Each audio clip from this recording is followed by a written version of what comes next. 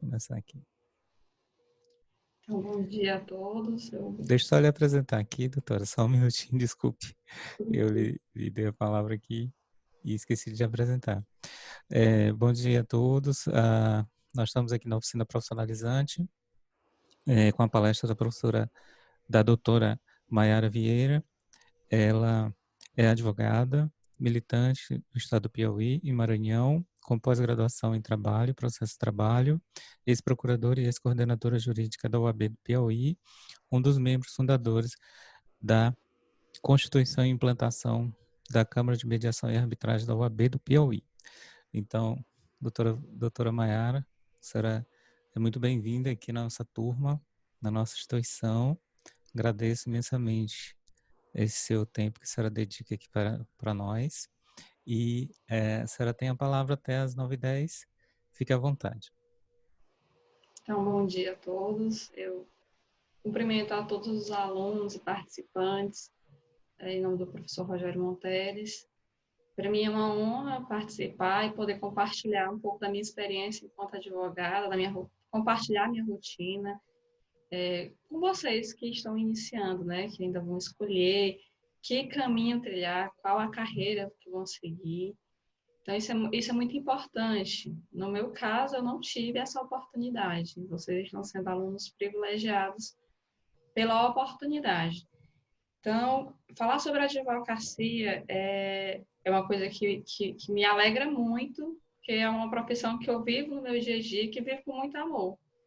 É uma carreira de fortes emoções, em que você não tem uma rotina padronizada. Então, para quem não gosta de rotina, pode seguir a advocacia. Eu preparei uma pequena apresentação para explicar um pouco para vocês quais são as atividades do advogado, o que a lei traz, o que o advogado pode fazer, e explicar um pouco da advocacia contenciosa, da advocacia consultiva, apresentar para vocês alguns dos sistemas que são utilizados para peticionamento, que é o ambiente virtual de trabalho do advogado. E, por fim, deixar alguns minutos para que vocês possam fazer perguntas e eu respondê-las à medida do meu conhecimento, claro. Então, vou começar aqui a apresentação. Só um instante, deixa eu ver aqui. Aí a gente já começa. Doutor Rogério, você pode disponibilizar o acesso para que eu possa fazer a apresentação, por Pronto, gentileza? agora. Pode testar agora. Acho que agora já está. Já está.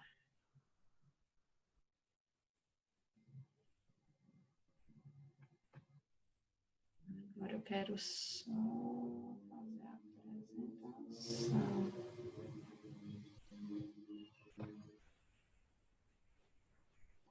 Todos conseguem me ouvir? Sim, estamos ouvindo. Então, vamos iniciar aqui a nossa oficina. A advocacia, o advogado, ele já diz na Constituição que ele é essencial à administração da justiça. E o tema que eu estou, certamente outros que me precederam falaram de outras temáticas, o tema que me compete aqui é a advocacia contenciosa e consultiva. São dois opostos, praticamente, mas que também se complementam. A advocacia contenciosa é aquela em que há um litígio que ele vai ser tratado ou no judiciário ou na via administrativa, mas também no contencioso. E a advocacia consultiva, que é aquela que envolve tanto a assessoria como a própria consulta, atividade de consulta, ela muitas das vezes evita a advocacia contenciosa, evita que se chegue na lide, no conflito, que é uma pretensão resistir do conflito. Vamos lá. Então, a atividade da advocacia, de maneira simplória aqui, para a gente introduzir, como eu já até havia colocado, a advocacia contenciosa ela pode ser diretamente perante o judiciário, quando se há uma postulação, quando se há um pedido ao judiciário para que o judiciário resolva aquele conflito, entregue aquela prestação jurisdicional. E aí você vai ter o advogado do auto da parte autora que está pedindo e vai ter o advogado da parte requerida, da parte ré, e pode ter até o advogado de um terceiro que tenha interesse no conflito. Ou o advogado de um amigo escuro, que é um amigo da corte, e a OAB faz muito esse papel de amigo da corte. Enquanto advogada que fui, procuradora da OAB, nós fizemos muitas intervenções em vários processos para levar subsídios para o julgador julgar aquela demanda. E nesse ato, eu, enquanto representante da OAB, embora fosse um processo em que havia um litígio, a OAB estava ali, o advogado estava ali para ajudar a solucionar. Nem era a parte autora e nem era a parte requerida, era o amigo da corte. Então, temos também os atos litigiosos extrajudiciais. Eles se dão no âmbito fora do judiciário. Por exemplo, eu vou colocar aqui um exemplo para vocês na administração pública. E aí eu cito como exemplo os processos administrativos. Um processo administrativo disciplinar. O advogado é facultado a defesa técnica por advogado, conforme súmula vinculante do STF. O enunciado da súmula vinculante do STF, ele possibilita que a pessoa seja defendida dentro daquele contencioso administrativo, daquele conflito administrativo e extrajudicial, que o advogado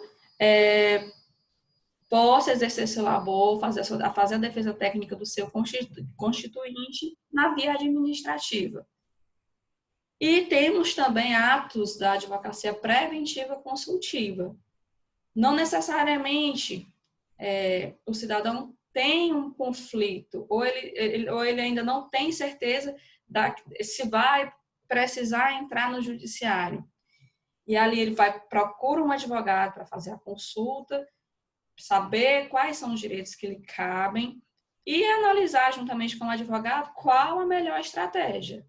Se é tentar resolver esse conflito de forma extrajudicial, de forma consensual, ou se ele vai bater as portas do Poder Judiciário.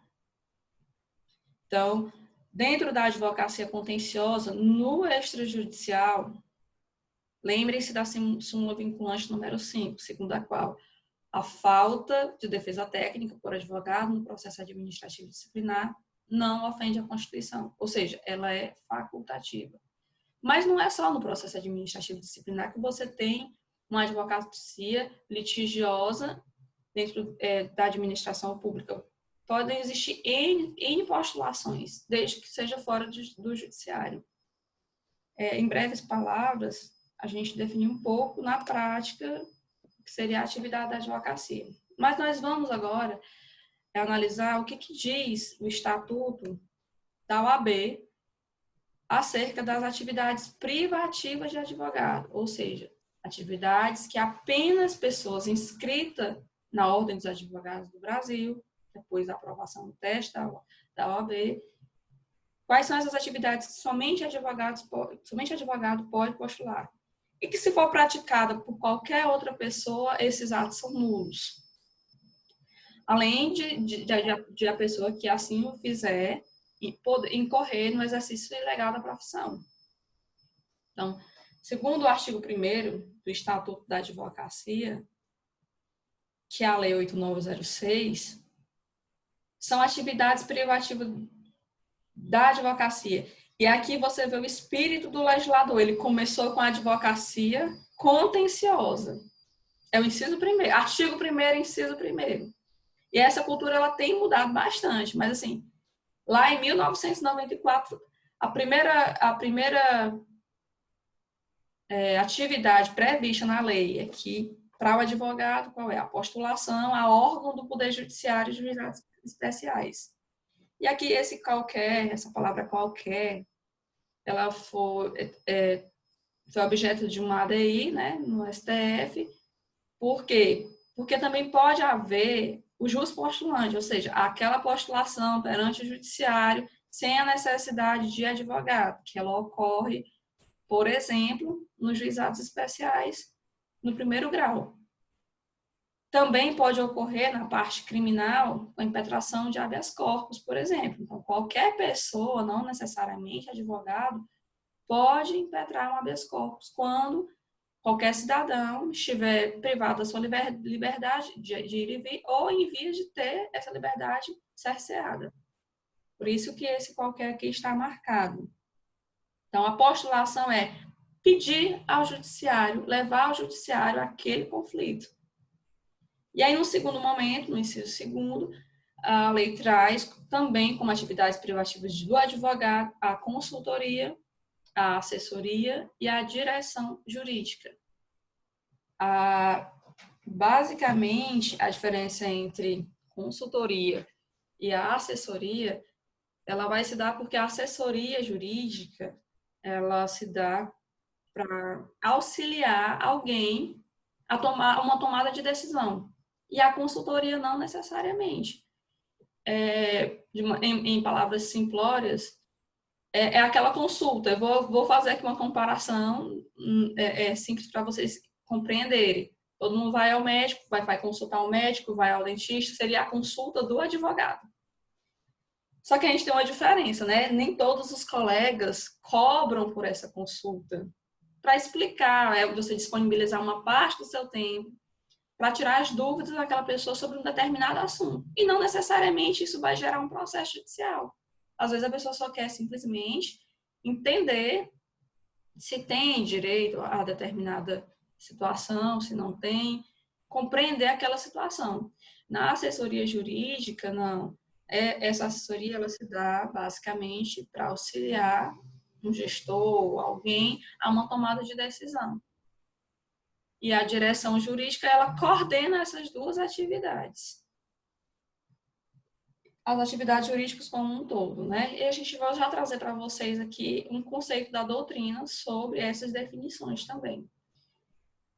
E aqui, como eu havia falado para vocês, não é atividade privativa da advocacia a impetração de habeas corpus. Ou seja, é um remédio previsto na Constituição para assegurar o direito de ir e vir do cidadão. Uma outra atividade do advogado é ele dar um visto nos atos e contratos de pessoas jurídicas.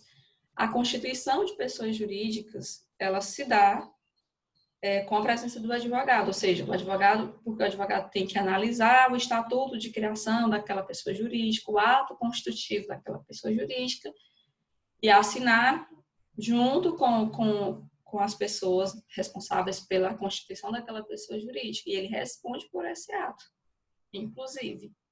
Por quê? Porque na criação de pessoas jurídicas, lá o Código Civil, a partir do artigo, salvo engano, 44, ele traz uma série de requisitos que têm que ser obedecidos na criação de associações, por exemplo. Entendeu? Então, o advogado ele vai analisar esses contratos e atos constitutivos ou fundações privadas, por exemplo, para saber se está de acordo com o que a lei diz. E se esses atos não tiverem esse visto, essa análise, essa assinatura do advogado, eles serão nulos.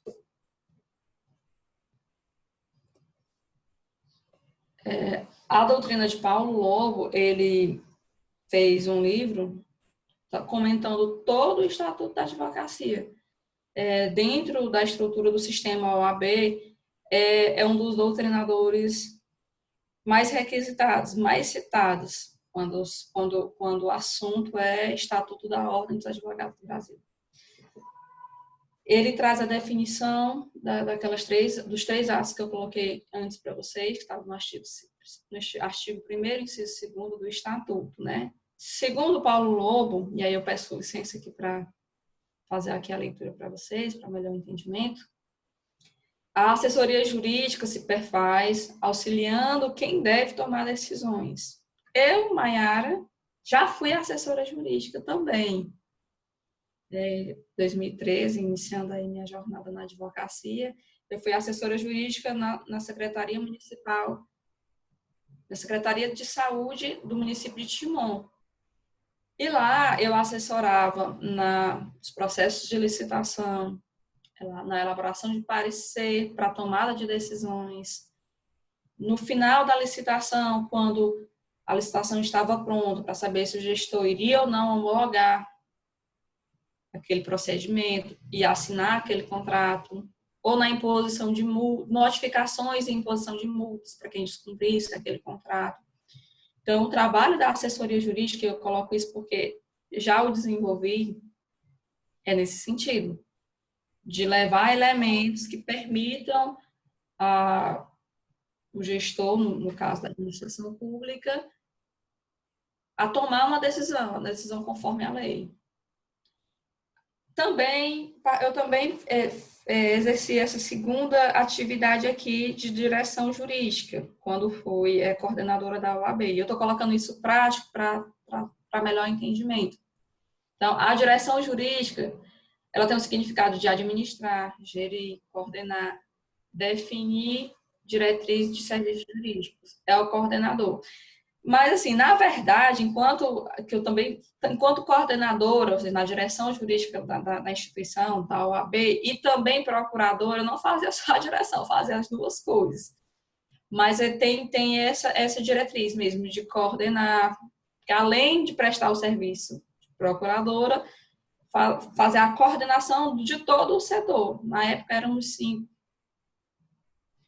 E as demandas eram muitas. Então, na direção jurídica, esse gestor aqui, ele tem a missão de, dentre tantos conflitos, dentre tantas situações, organizar a fila de preferência, de urgência, para evitar perder prazo e para prestar um bom serviço também. E, por fim, temos a consultoria jurídica.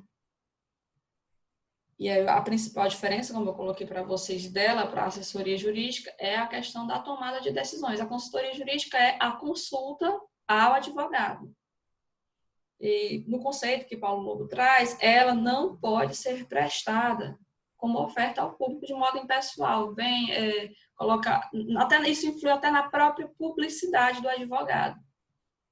Não pode colocar na publicidade que vai dar consultoria jurídica sobre um determinado assunto de maneira explícita, de maneira direcionada ao público em geral, porque isso pode configurar uma captação de clientela, que é vedado que não é permitido pelo Código de Ética do advogado. Então, em resumo, nós tivemos, vou voltar aqui, ó.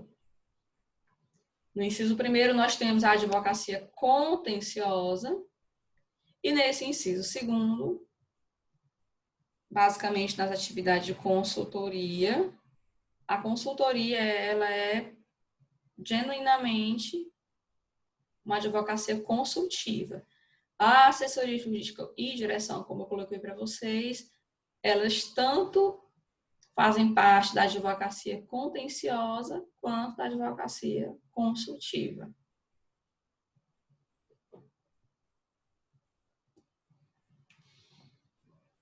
E aqui eu trouxe um questionamento para vocês, que ele é muito evidente ao advogado quando ele se forma. E aí? O advogado deve cobrar consulta, assim como o médico cobra consulta, o dentista cobra consulta. Como é que ele vai fazer? Se ele pode cobrar essa consulta, o estatuto permite que ele cobre por essa consulta, quanto que ele vai cobrar? Quais os critérios, quais os parâmetros que o advogado pode utilizar e deve utilizar para fixar o valor dessa consulta? Então, para responder a primeira pergunta, sim, eu respondo a primeira pergunta, sim, o advogado deve cobrar consulta. Inclusive, essa é uma campanha do Conselho Federal da OAB, para que os advogados passem a cobrar consulta. Foi uma campanha do ano passado, todo ano ela se renova. É uma medida de valorização da advocacia. Mas há situações, e aqui eu coloco um pouco da prática. Na teoria, ele deve cobrar. Na prática, isso é um pouco delicado, depende. O colega que trabalha lá no interior do estado, numa cidade pequena, dificilmente ele vai ter esse na cobrança dessa consulta. Ele vai utilizar essa consulta para conseguir aquele cliente, como se fosse um cartão de visita para conseguir aquele cliente, trazer aquele cliente para o escritório. Geralmente para uma lead, para entrar com o processo, para exercer a advocacia ou colaborativa, ainda que seja no judiciário, mas de uma maneira colaborativa, ou de fato ir direto para o conflito. Isso acontece muito no nosso estado, especialmente na área previdenciária e trabalhista. E aí, por quê? Geralmente, e eu coloco isso também como uma experiência que já tive, que tenho, que vivencio, no interior as pessoas não têm como pagar essa consulta. Acontece muito. Se você chegar e dizer, eu sou advogado no interior, surgirão inúmeras perguntas, inúmeras consultas, mas dificilmente o constituinte vai ter como marcar com esse valor. Então, o advogado, ele pode também se utilizar dessa consulta, analisando a capacidade financeira daquele cliente, ele pode utilizar a consulta como uma forma de tentar trazer, de conquistar aquele cliente para tentar resolver o problema dele, ou na via judicial, ou na via administrativa. Mas aí, se o advogado quiser cobrar a consulta e o cliente puder pagar por essa consulta, quais são os critérios que o advogado vai se utilizar para fazer a cobrança dessa consulta? E aqui eu coloco para vocês que cada seccional, o sistema OAB, ele tem uma característica de ser federativo. Então, nós temos, fazer aqui uma comparação com o sistema, com a Federação Brasileira. Tem um órgão central, que é o Conselho Federal, e nós temos as seccionais, que estariam nessa comparação simplória, equiparadas aos estados, aos demais entes. Então, cada seccional, dentro desse sistema, em cada estado, ela tem autonomia, tem autorização legal para fixar uma tabela de honorários. E essa tabela, ela vai trazer uma unidade referencial de advogados com um determinado valor. E aí você, no caso da tabela da OAB do Piauí, ela traz o valor de R$240 pela unidade referencial de honorários. Eu posso até procurar aqui para mostrá-los, mas a gente vai, no segundo momento, falar sobre isso. Então, lá vai trazer, em cada seccional vai ter uma tabela de honorários para cada situação, para a situação de consulta, para a situação de postulação jurídica em si, qual é o valor. Lá vai ter, sei lá, 10 unidades referenciais de honorário. Você multiplica aqueles 10 pelo valor da unidade, que é R$240. Então, ele traz esse parâmetro. Na advocacia do Piauí também, embora a nossa tabela seja de 2014, ela foi atualizada. Acho que nós temos algumas perguntas, um instante. Eu que eu coloquei, doutora Mayara, o link da tabela de honorários da OAB do Piauí no chat, para os alunos poderem olhar. Pronto, deixa eu disponibilizar aqui. Então. Vocês estão conseguindo analisar? Estão vendo? Ou só está aparecendo para mim? Ainda não, está só no seu slide. Só um instante, gente. Eu estou aprendendo. A senhora interrompe essa exibição, aí abre uma nova e escolhe a janela da tabela. Estou tentando. Só um momento.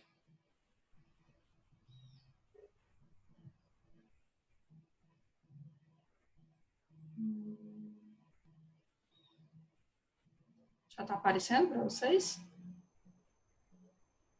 Peço desculpa para vocês. Sim, sim. Está um pouco para mim. Está então, sim. Essa tabela aqui é a tabela mais antiga, de 2014.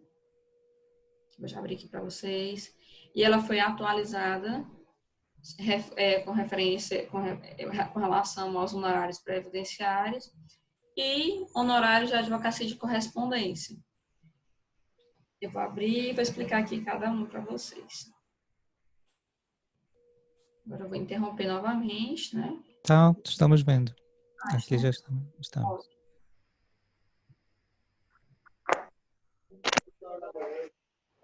Anexo 1, Ordem dos Advogados do Brasil, tabela de honorários profissionais. Isso. Essa tabela aqui é a tabela de 2014. Eu faço até uma retificação. O valor agora foi atualizado para R$280. Era 240. E aqui a gente vai ter várias situações. Diário de despejo de locomoção, intervenção em sede policial, olha aqui, advocacia extrajudicial perante a administração pública, que foi aquilo que eu coloquei para vocês, do contencioso administrativo. Então, quanto que o advogado deve cobrar numa sindicância ou num inquérito administrativo perante a administração, ou seja, aquele processo que vai ser aberto, por exemplo, contra um servidor público. Aí aqui nós temos 20 URHs, unidade referencial de honorário, você multiplica 20 por R$280. Então, segundo a OAB, piso de cobrança de honorários numa sindicância ou no inquérito administrativo seria R$5.600. E ele traz aqui ainda processos fiscais. Além da unidade referencial, ele pode, às vezes, ele traz também uma porcentagem do valor. Ou então mescla esses dois parâmetros de cobrança, tanto um percentual, que é o cota litis, conhecido como cota litis, quanto o valor da URH. Vamos passar aqui para vocês. Até para acompanhar, um simples acompanhamento perante um órgão administrativo, judiciário, do Poder Judiciário ou policial, ele traz, embora seja uma tabela de 2014, ele traz um valor mínimo de 5 RHs, multiplica esse valor por 280. Explicar aqui um pouquinho para vocês o que é advocacia de partido. Nós estamos no momento eleitoral, mas não tem nada a ver com justiça eleitoral, advocacia de partido. Na verdade, a advocacia de partido é aquela em que você presta serviço para um empregador, aliás, para um empregador não, porque não tem vínculo, para um cliente de maneira fixa e há uma remuneração mensal por isso. Então, como você pode ter tanto um regime de dedicação exclusiva, e aquele traz um valor mínimo de R$2.000, com jornada de até 8 horas diárias e 40 horas semanais, seria o mínimo, como também sem exclusividade.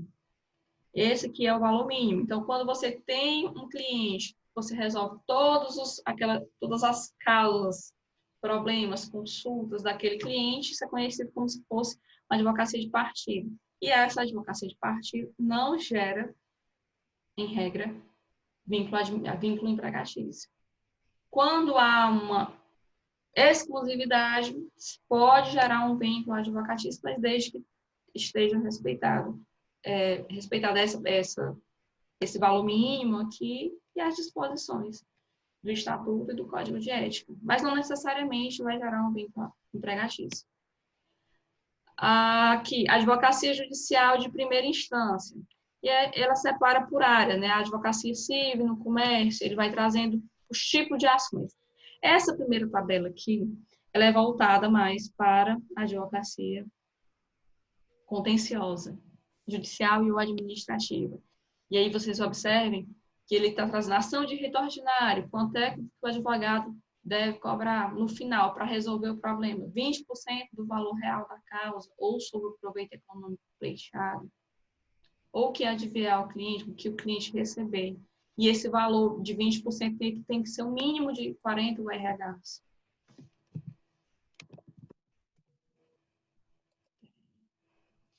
Aí aqui eu vou partir aqui para as consultas, que foi a pergunta que eu fiz para vocês, que eu coloquei, né?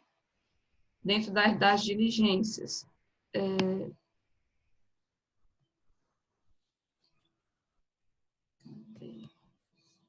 Aqui nós estamos nas transações e pactos, né?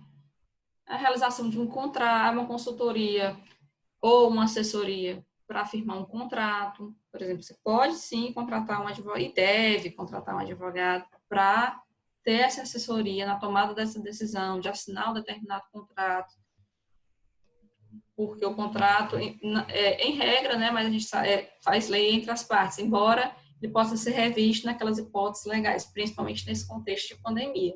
Então, consultas, esse item 8. Respostas verbais. Segundo a tabela da OAB do Piauí, no escritório, o advogado deve cobrar um mínimo de 5 RHs. 5 RHs vai dar R$ 1.400 por uma consulta. Esse seria o mínimo que ele deveria cobrar. Se for no domicílio do cliente, se ele se deslocar, será o dobro. Seria R$ 2.800. E se essa consulta ela foi escrita, seria realmente o parecer que a gente chama, seria o mínimo de 30 URHs. A elaboração de parecer jurídico está dentro das atribuições de consultoria jurídica.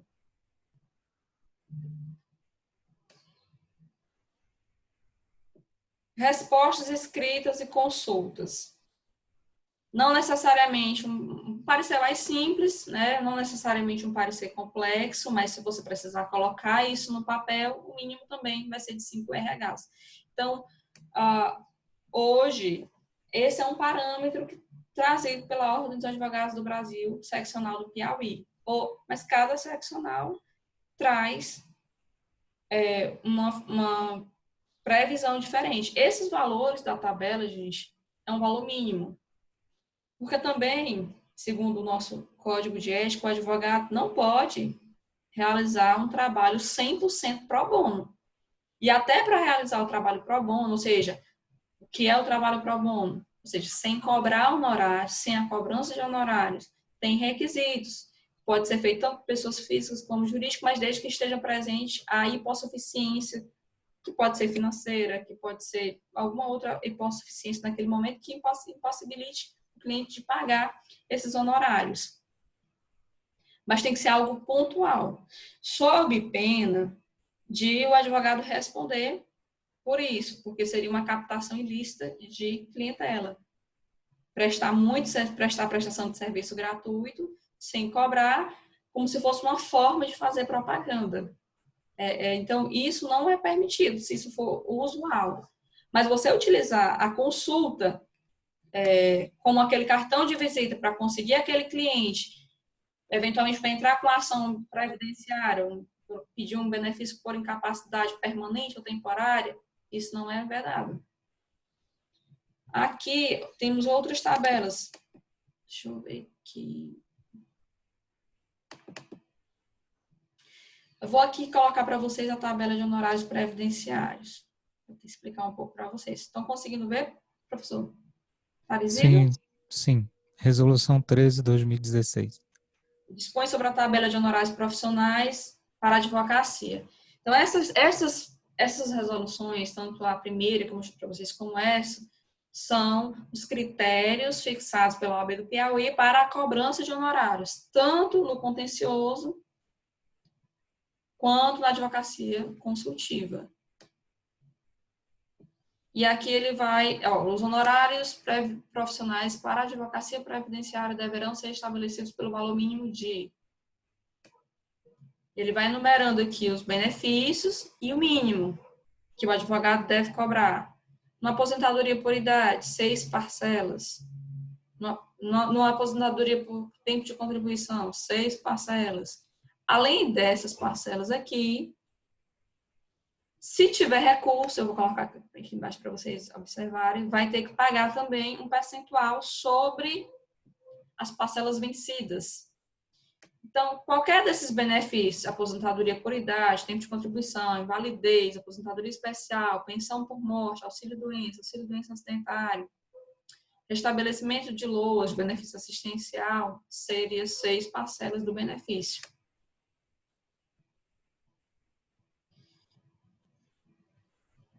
E aqui ele traz sobre as parcelas vencidas, uma previsão para quando há acordo, quando não há acordo. Caso haja acordo, olha isso, quando há recurso, não há recurso. Caso haja condenação ou acordo em prestações vencidas cumulativamente com a concessão e ou implantação do benefício previdenciário ou assistencial, aplicar-se ao percentual sobre o proveito econômico. Então, no primeiro grau, teve um acordo, teve uma condenação. No primeiro grau, ou seja, não precisou fazer um recurso, o percentual vai ser de 20% sobre as parcelas vencidas, mais aquelas 6 parcelas que nós vimos acima. Se o advogado precisar recorrer da sentença para garantir o benefício, segundo a OAB do Piauí, o percentual que ele vai cobrar sobre as parcelas vencidas vai ser de 30%, mais 6 parcelas do benefício. Eu tenho algumas críticas sobre esses valores, como as pessoas vão pagar, mas eu deixo isso para um outro momento. É isso. Então, basicamente com relação à advocacia previdenciária, seria isso. Se não tiver recurso, se não tiver parcela vencida e for só implantação, o cliente vai pagar ao advogado 6 parcelas. E aqui eu vou só... Doutora Maiara, sim, uma parcela seria um salário mínimo, é isso? Uma parcela? É a renda mínima que o segurado vai receber. Geralmente, nas aposentadorias no interior, vai ser um salário mínimo. Então, vai ser quase 7 mil reais. O mínimo. E a crítica que eu faço aqui, e com devido respeito aos colegas, é que alguns colegas exigem que o cliente faça empréstimo consignado para pagar de uma vez só essa parcela quando não tem atrasador, quando o colega não quer aguardar o sucumbencial, né, das parcelas. E, aliás, sucumbencial é fora, não vou explicar isso para vocês. Não quer aguardar o RPV, o precatório, quando tem parcela vencida, até o valor de 60 salários mínimos no Juizado Especial Federal, esse valor é pago por requisição de pequeno valor. Acima desse valor, ele vai ser pago por precatório. Vai entrar no orçamento da União e, se for no RPV, é pago em até 60 dias. Se for por precatório, ele é inscrito até o dia 1º de julho de um ano para ser pago, entrar no orçamento para ser pago no ano seguinte, até o ano seguinte. E se não for pago, pode haver um bloqueio desse valor da conta da União. Que essas ações geralmente serão contra o INSS. Estou falando aqui do regime geral de previdência social. Então, gente, eu trouxe aqui um parâmetro para vocês, eu coloco isso porque é mais da nossa realidade, né? Principalmente para vocês que estão iniciando o curso, a advocacia previdenciária.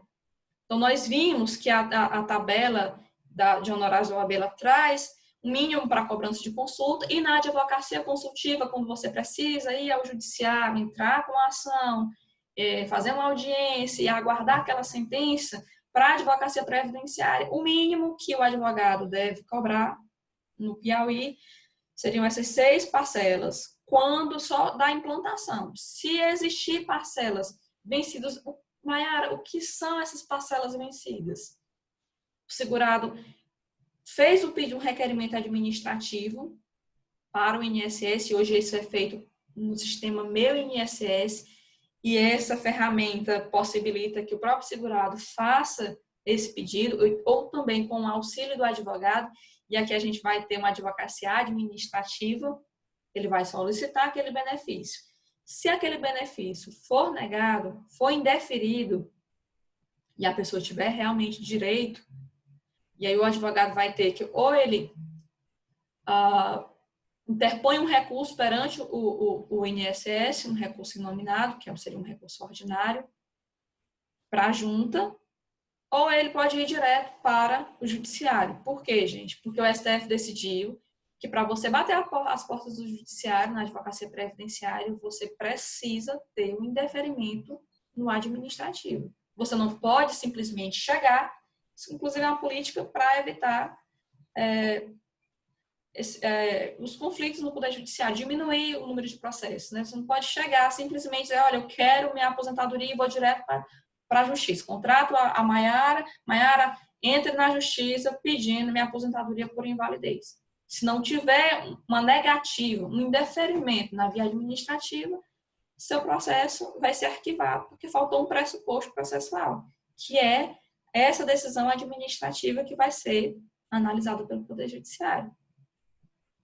E aqui eu vou dar uma dica prática, eu não sei se vai ter, eu estou vendo aqui que tem colegas que já se formaram, advogados, alunos, e eu vou dar uma dica aqui prática para quem já está no mercado de trabalho ou para quem ainda vai ingressar no mercado de trabalho. A partir do indeferimento na via administrativa, ajuize a ação. Você pode até tentar o recurso no INSS, eu tenho várias experiências nesse sentido. Ele vai demorar 2 anos, 3 anos para ser julgado esse recurso no INSS. E se você for para o judiciário, em 1 ano, 2 anos, pelo menos no Piauí e no Maranhão, você já tem uma sentença.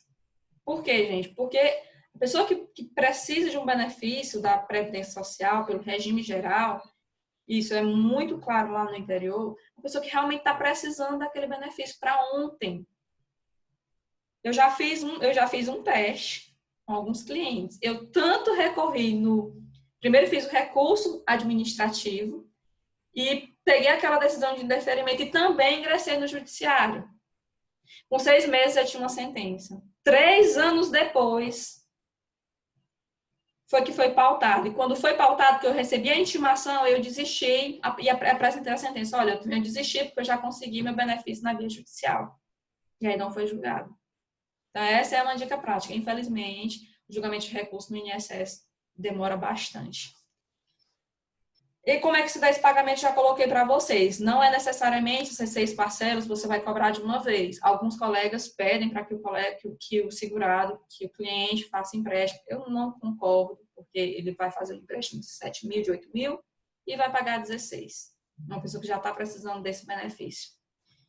Mas, enfim, cada um trabalha de um jeito e a OAB está aí para o Tribunal de Ética para analisar essas situações quando houver excesso. E aí nós temos a advocacia por correspondência, que é a resolução 02/2017. Vocês estão conseguindo analisar, visualizar, professor? Sim, resolução 2/2017. Essa resolução 2/2017, ela trata sobre a tabela de honorário de diligência por correspondência. Maiara, o que é diligência por correspondência? Gente, é aquele trabalho de meio da advocacia. Preciso da cópia de um processo, eu vou até colocar aqui para vocês analisarem. Preciso protocolar uma petição numa comarca e o protocolo é físico e eu não tenho como me deslocar até lá, então eu vou contratar um colega advogado para fazer esse trabalho meio. Seria o protocolo de petições, o despacho em algum órgão, ou ir para uma audiência, um ato isolado dentro do processo. E aí o advogado subestabelece, o advogado pode fazer essa audiência. E aqui, eu tenho que dizer para vocês que a pandemia, ela, de certa maneira, ela freou, ou se posso dizer, se ela não matou a advocacia por correspondência. Por quê? Porque a maioria das audiências hoje é da maneira como a gente está fazendo aqui.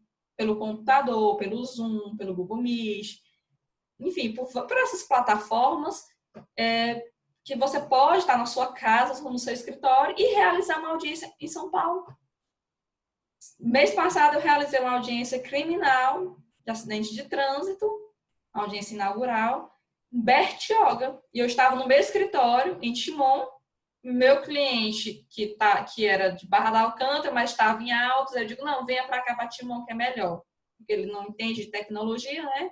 E nós ficamos no escritório e fizemos a audiência. A juíza entendeu que era o caso de suspensão do processo, suspendeu o processo e eu ainda pedi mais. Doutor, ele não tem como se deslocar para Bertioga porque ele mora aqui no Piauí. Eu quero que o cumprimento dele se dê aqui numa comarca do Piauí. E a juíza deferiu. Ou seja, nesse caso específico, eu não conseguiria estar em Bertioga. Seja pelo custo, ou seja realmente pelos compromissos que eu já tinha anteriormente. Então, compensava eu contratar um colega de lá, da comarca de Bertioga, para fazer a audiência para mim. E eu continuaria recebendo das honorários do cliente e administrando o processo. Ele iria fazer esse ato isolado. Então, a advocacia de correspondência é isso. É um ato isolado no processo ou é um ato administrativo. E aí aqui tem, ou é uma viagem que você vai fazer para tentar fazer aquele processo andar. E hoje, com a pandemia, com esse aparato tecnológico que nós temos, teve uma baixa muito grande na advocacia por correspondência. Então, hoje, realmente, se você quer viver da advocacia, vai ter que ser realmente a advocacia finalística. Porque está muito... Para advogado que vivia... não estou menosprezando, gente, pelo amor de Deus, mas o advogado que a advocacia dele era receber uma carta de um banco para ir lá para o interior fazer audiência, aquelas audiências de conciliação, geralmente de empréstimo consignado, que a pessoa nega que não fez o empréstimo, isso acontece muito no interior. Hoje não, hoje o advogado lá de São Paulo faz uma audiência aqui. Aí, mas ele não tem a inscrição na OAB do Piauí. Agora as OAB já estão criando um movimento para que esses advogados façam a inscrição nas seccionais, onde ele vai atuar, porque o advogado tem direito a atuar em até 5 processos, 5 causas por ano, sem pagar anuidade na seccional do outro estado. Então, eu tenho a OAB do Piauí e do Maranhão. Por que eu fiz do Maranhão? Primeiro, eu coloquei meu escritório, inaugurei meu escritório, trabalho lá em Timon, que é no Maranhão, mas também trabalho no Piauí. A minha inscrição principal é aqui e eu tenho uma inscrição suplementar no Maranhão. Isso gera 2 custos, 2 anuidades por ano, quase R$2.000 por ano. Então, tudo tem um ônus e tem um bônus. Então, a pandemia trouxe essa diminuição de custos com a advocacia por correspondência.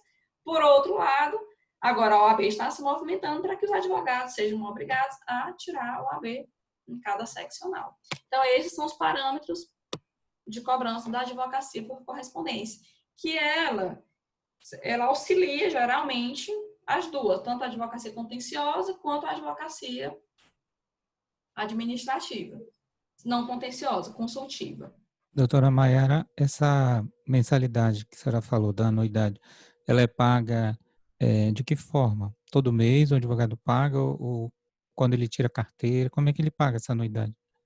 É uma vez por ano. Mas ele pode parcelar.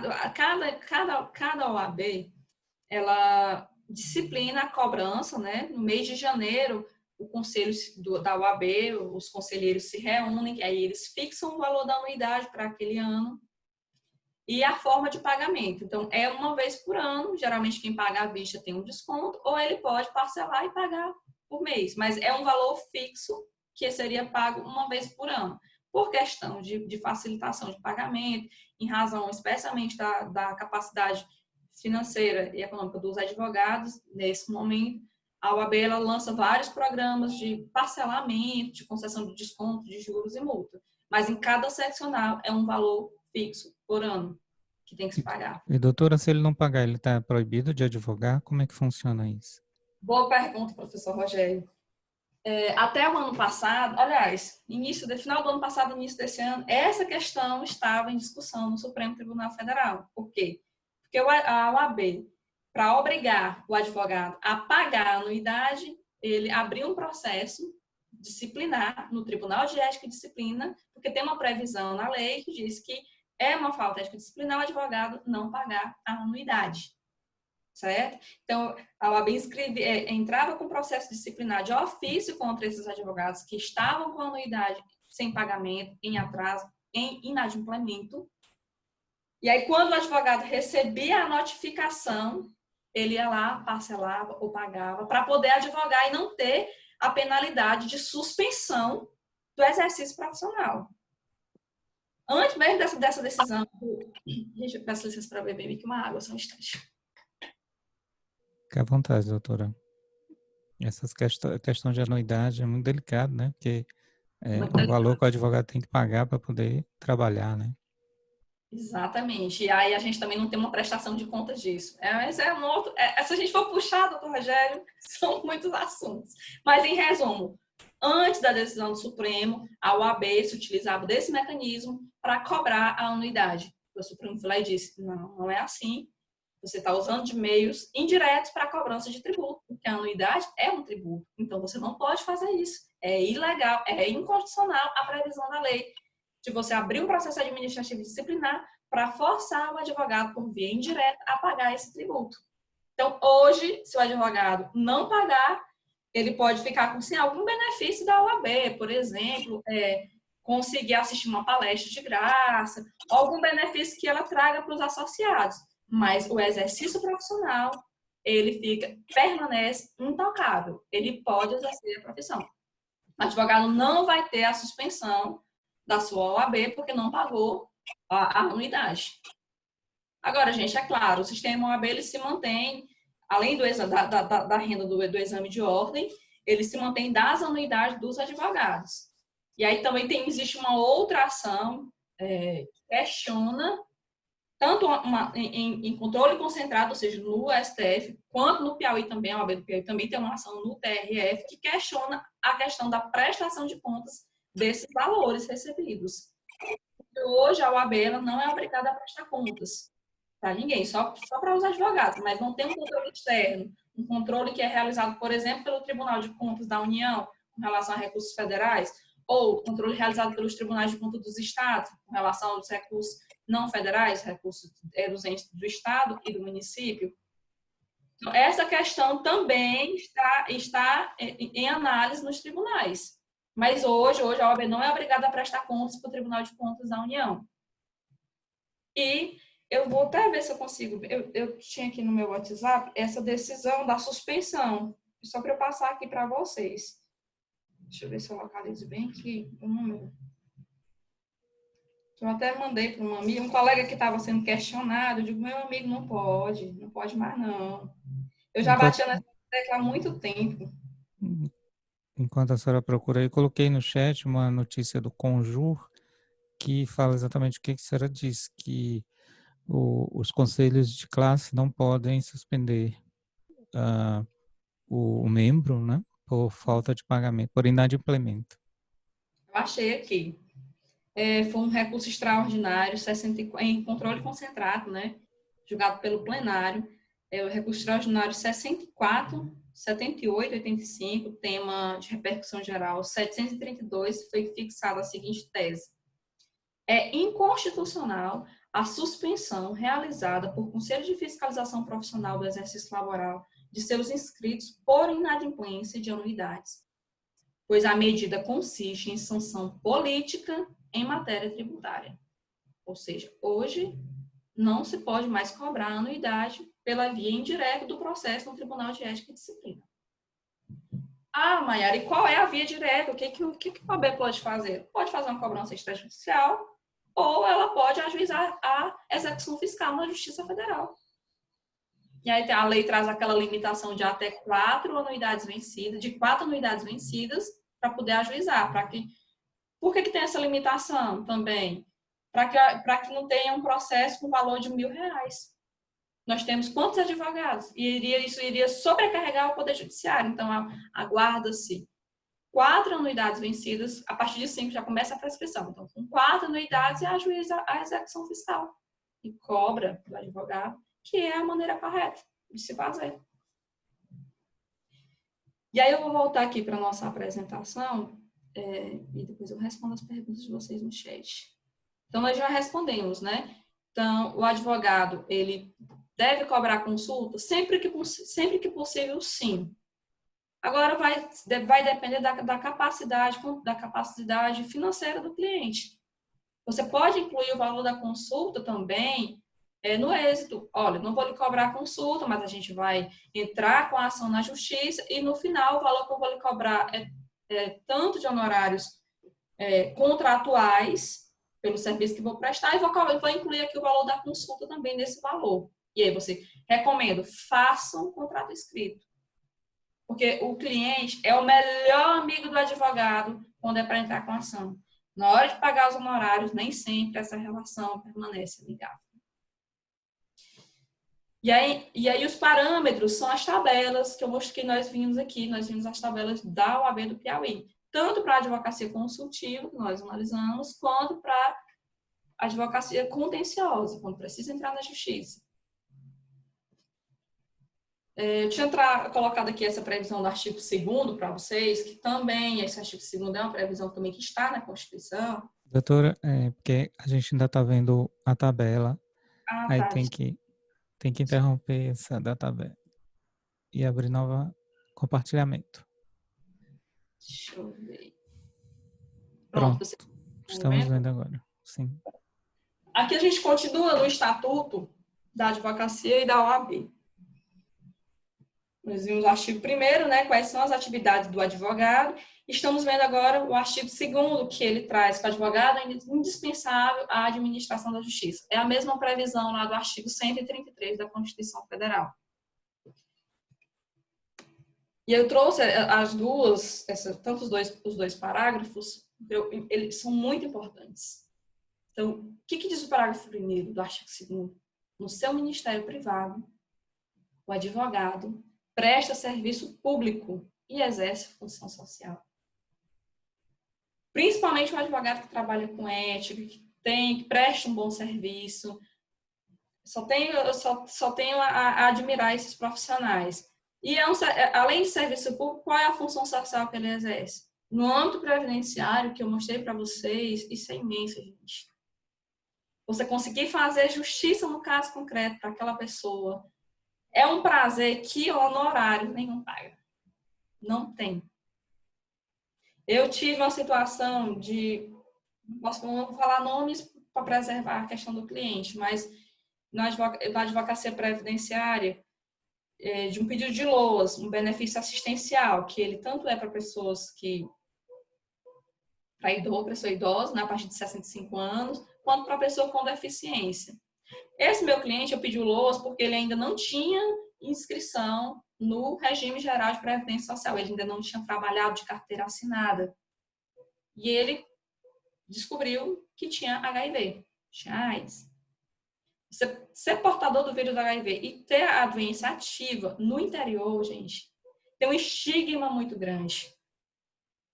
E embora ela não traga necessariamente uma incapacidade para o trabalho, ela traz uma incapacidade física da pessoa não conseguir trabalhar, não necessariamente porque se ela estiver fazendo o tratamento, ela vai conseguir trabalhar, mas ele traz uma incapacidade moral, uma incapacidade de não arrumar emprego, de ninguém querer aquela pessoa porque tem um preconceito, porque tem um estigma, e aí a justiça concede. No administrativo é muito difícil, nós não conseguimos, mas no judicial nós conseguimos a concessão desse LOAS, desse benefício assistencial, que é justamente porque a gente conseguiu provar esse preconceito que ele sofria, de não arrumar emprego no interior, de viver de ajudas.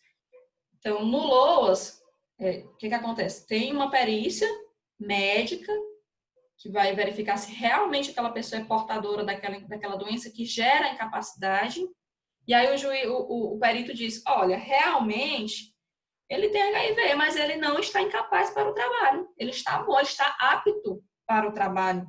Fisicamente, eu concordo com o perito. Ele estava fazendo o tratamento e podia trabalhar em qualquer lugar. Só que, em razão do estigma que ele sofria, ele não arrumava emprego. Nem emprego, nem nada. Não tinha, a fonte de renda dele era viver de um Bolsa Família. E aí foi feito aí o juiz, sem fazer o laudo da assistência social, que é um requisito, foi julgado improcedente o pedido com base exclusivamente no pedido no resultado da perícia. Eu fiz o recurso para a turma recursal, alegando a nulidade, a sentença foi anulada, mandou fazer a perícia assistencial. Feita a perícia assistencial, a assistente colocou como tinha que ser de imediata a implantação, porque ele estava num grau de vulnerabilidade social muito grande. E aqui, quando eu até me emociono porque é uma pessoa que eu conheço a realidade da pessoa, do município e tudo, e ele teve a implantação, foi julgado aqui na turma, desceu, fez o laudo. Quando fez o laudo, não demorou, o juiz sentenciou e a sentença foi julgada procedente, com base no laudo da assistência social. Então, isso é que eu entendo, é por esse exemplo que eu coloco para vocês que o advogado exerce função social. Porque foi feita justiça, na medida certa, na justa medida, no caso concreto.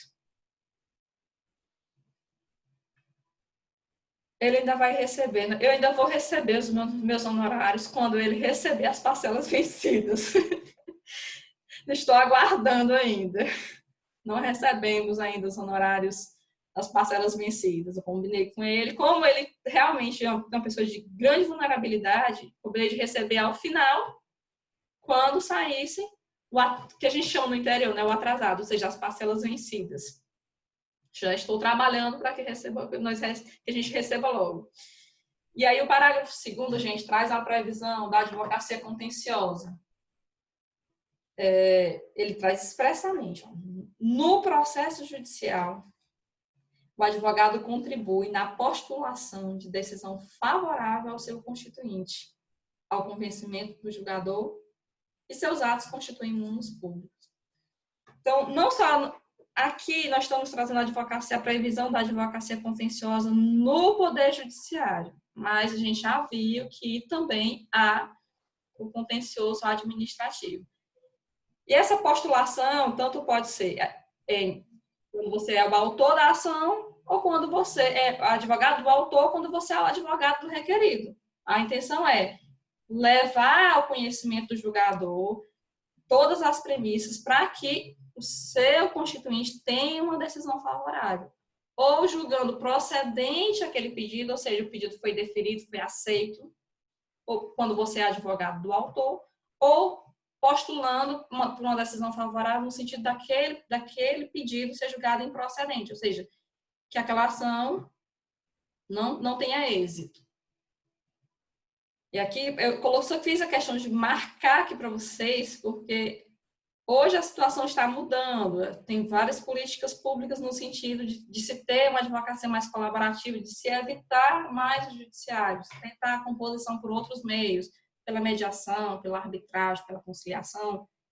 Mas, nesse momento aqui, o legislador, ao tratar do Estatuto da OAB, ele deu prioridade para o contencioso judicial. E aí eu trouxe para vocês alguns sistemas. Só um instante. Alguns sistemas que nós utilizamos para fazer o peticionamento, ou seja, para pedir, para postular ao juiz uma decisão favorável ao nosso cliente. Esses sistemas são utilizados no Piauí e no Maranhão, sistemas que são utilizados pelo advogado. Tem um outro sistema que eu não coloquei aqui, que é da Justiça do Trabalho, porque praticamente ele não está sendo mais utilizado. Só em processos muito antigos que ainda estão em fase de execução. Então, vocês que estão no 2º período, quando se formarem, esse sistema não vai existir mais, não. Então, temos o Projude, ele tem no Piauí e no Maranhão, e no Piauí ele ainda é mais utilizado. No Maranhão, bem menos. Eu não tenho mais nenhum processo pendente no Projude do Maranhão. No Piauí eu tenho. Temos o Portal do Advogado. O que é o Portal do Advogado? O Portal do Advogado foi uma... Licença.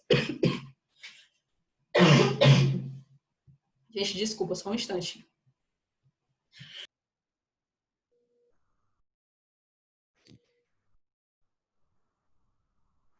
Enquanto a doutora Mayara toma uma água aqui, eu lembro que na terça-feira nós tivemos uma palestra com a doutora Marcela Leal, e é justamente falando sobre aquela advocacia resolutiva da mediação, e foi muito interessante. Está disponível no canal do YouTube, e quem quiser assistir, recomendo, que ela mostra essa postura do advogado acordista, né? Aquele advogado que vai buscar o acordo, né? Atrás do acordo.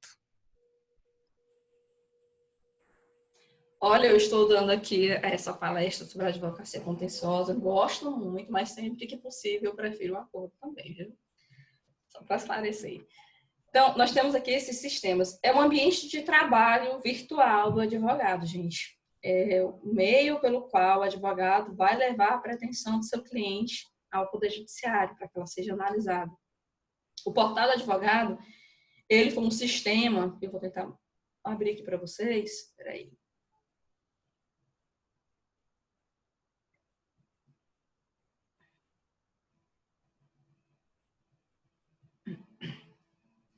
Ele foi um sistema intermediário entre o PJ, para chegar ao PJE. Você consegue peticionar em processo físico de forma eletrônica no Piauí. Esse é um sistema do Piauí. Vou abrir aqui. A maioria dos processos físicos no Piauí foram digitalizados para o PJE, ainda não julgados ou em fase de execução, mas alguns outros processos, especialmente os criminais, continuam sendo físicos e que, portanto, o peticionamento é exclusivo através dessa plataforma do Piauí. Aí aqui você tem, né, vários menus para localizar os seus processos, recibos. Se você fez um peticionamento, pegar um recibo, localizar um processo de um terceiro. Quando o processo foi em segredo de justiça, solicitar a habilitação por esse botão, ou olhar as suas solicitações. E se eu for peticionar, você pode entrar direto no processo, ou então através dessa ferramenta aqui. Aí você coloca o número do processo, escolhe se é primeira ou se é segunda instância, ou seja, se é no primeiro grau, se é com um juiz, ou se é no Tribunal de Justiça do Piauí. Você coloca aqui se vai ser uma contestação, se é uma denúncia, um parecer. Se não for nenhum desses, vai ser uma petição normal, você coloca como petição. E escolhe o artigo, tem que ter esse tamanho aqui da petição, e depois você coloca os anexos aqui. Se não der, se tiver muito anexo, você vai repetindo esse procedimento até você conseguir inserir todos os arquivos. Aí clica em confirma e ele envia a petição. Essa é uma das maneiras de peticionar no portal. Agora não está saindo.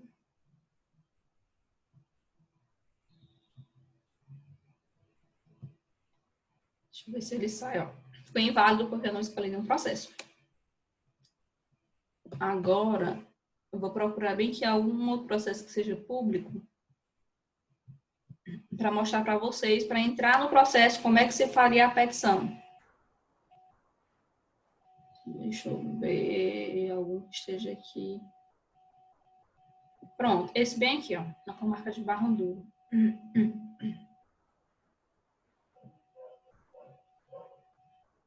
Aqui é um processo criminal. Os processos criminais no Piauí, o peticionamento se dá através desse sistema, embora o processo seja físico. Aí o servidor faz o quê? Ele emite só um recibo de que o advogado fez o peticionamento eletrônico e coloca lá. E aí, quando isso é ruim para analisar um processo, gente, por quê? Porque você tem que mesclar o sistema com o físico. Se eventualmente você não vê uma manifestação que está no processo, você pode causar um prejuízo para o seu cliente. Desculpa, gente. Não é coronavírus mesmo, é só porque já a voz mesmo está falhando aqui. Aí aqui, como é que você vai peticionar? Você vem aqui, tem uma petição minha aqui de razões finais que eu protocolei, né? Você entra no processo, clica em peticionar. A petição já deve estar pronta, salvo em arquivo de PDF, no formato PDFA, e assinado por um assinador, que é um assinador universal, que ele é do tribunal criado pelo Tribunal do Rio de Janeiro. Você faz a petição em Word, transforma ela em PDF. Esse PDF tem que se salvar num PDFA, que é um formato de PDF que é aceito. Se não estiver nesse formato, o sistema não vai aceitar a sua petição. E depois você vai assinar eletronicamente essa petição através de um assinador livre, que é baixado no sistema. Você baixa uma vez, ele fica aqui configurado no seu computador. E você precisa de um token para assinar essa petição também. Que é um token? Vou tirar aqui. Não vai dar para mostrar para vocês. Vocês estão me vendo? Que é um certificado digital. Sim, estamos. Um token, né? Que é o hardware. E dentro dele tem um certificado digital. Tanto no PJE quanto no portal, você precisa desse certificado digital para assinar. Depois que ele é assinado fora, no assinado eletrônico, você vem aqui, escolhe a petição, ou o anexo da petição, nomeia a petição aqui e clique em enviar. Para enviar aqui não precisa do token, mas do certificado, né? Mas ela precisa estar assinada previamente. Clica em confirmar e é enviada a petição inicial. Aliás, a petição. Esse é o sistema do portal do advogado. E aí você consegue localizar, eu quero localizar um processo de um terceiro. Aí aqui, ele é autoexplicativo, ó. Você escolhe qual é a instância, se é para o juiz da vara, juiz de primeiro grau, se é para o Tribunal de Justiça. Depois que você coloca essa opção, você pode fazer a busca pelo número, pela parte ou pelo nome do advogado. Agora, eu vou abrir para vocês o sistema que a gente mais utiliza, que é o sistema do PJE. Por uma questão mesmo de sigilo, eu vou botar os processos aqui da Justiça do Trabalho, porque são todos públicos. Eu vou entrar aqui com vocês, certo? Eu já até deixei aqui aberto algumas guias. Vocês estão vendo o site da Justiça do Trabalho? Sim, estamos. Esse aqui que eu coloquei para vocês, Portal do Advogado, é um sistema de peticionamento no âmbito da Justiça Estadual no Piauí, primeiro e segundo grau, certo? Justiça Estadual Comum. Esse que eu vou mostrar para vocês é o PJE da Justiça do Trabalho. Tá? Que você entra no site, tem aqui o primeiro grau e segundo grau, que é o tribunal. Posso entrar em um como em outro. Vou acessar aqui o do primeiro grau. E vou mostrar até uma outra. Você pode entrar tanto aqui com seu CPF, com a senha, só que aqui você não consegue assinar nenhum documento quando você entra por esse caminho aqui, se você não tiver com token, ou você entra direto aqui com o token. Lembrando, gente, o computador tem que estar todo configurado para entrar, se não for dar maior confusão. Quando funciona é uma maravilha, mas quando dá problema, complica. Por isso, quando vocês estiverem advogando, não deixem para o último dia, porque se o sistema der problema, vocês vão perder o prazo. Doutora Mayara, a OAB tem um serviço, né, de configuração do computador, alguma coisa assim? Sim, sim. O departamento do Núcleo de Tecnologia da OAB tem esse serviço, você leva o seu computador. Primeiro eu vou voltar antes de tudo. Antes do computador, você tem uma certificadora que fica lá dentro para você tirar o seu token. Aí você tirou o seu token, você leva o seu token, o seu computador lá para a OAB e eles configuram o seu computador para ingressar em qualquer sistema. Tem um sistema que ele é muito específico, que não é, se você não pedir para eles, eles não vão configurar, que é o sistema da Justiça do Trabalho no TST, que é o V3. Esse sistema, ele só abre no Internet Explorer, ele utiliza o Java, são várias configurações para você entrar.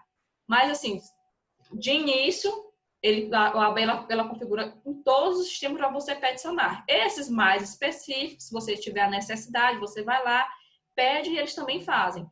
Tem um sistema ESAGE também, que ele é utilizado no Ceará, em São Paulo, que também precisa do Java e é uma configuração mais específica que eles também fazem.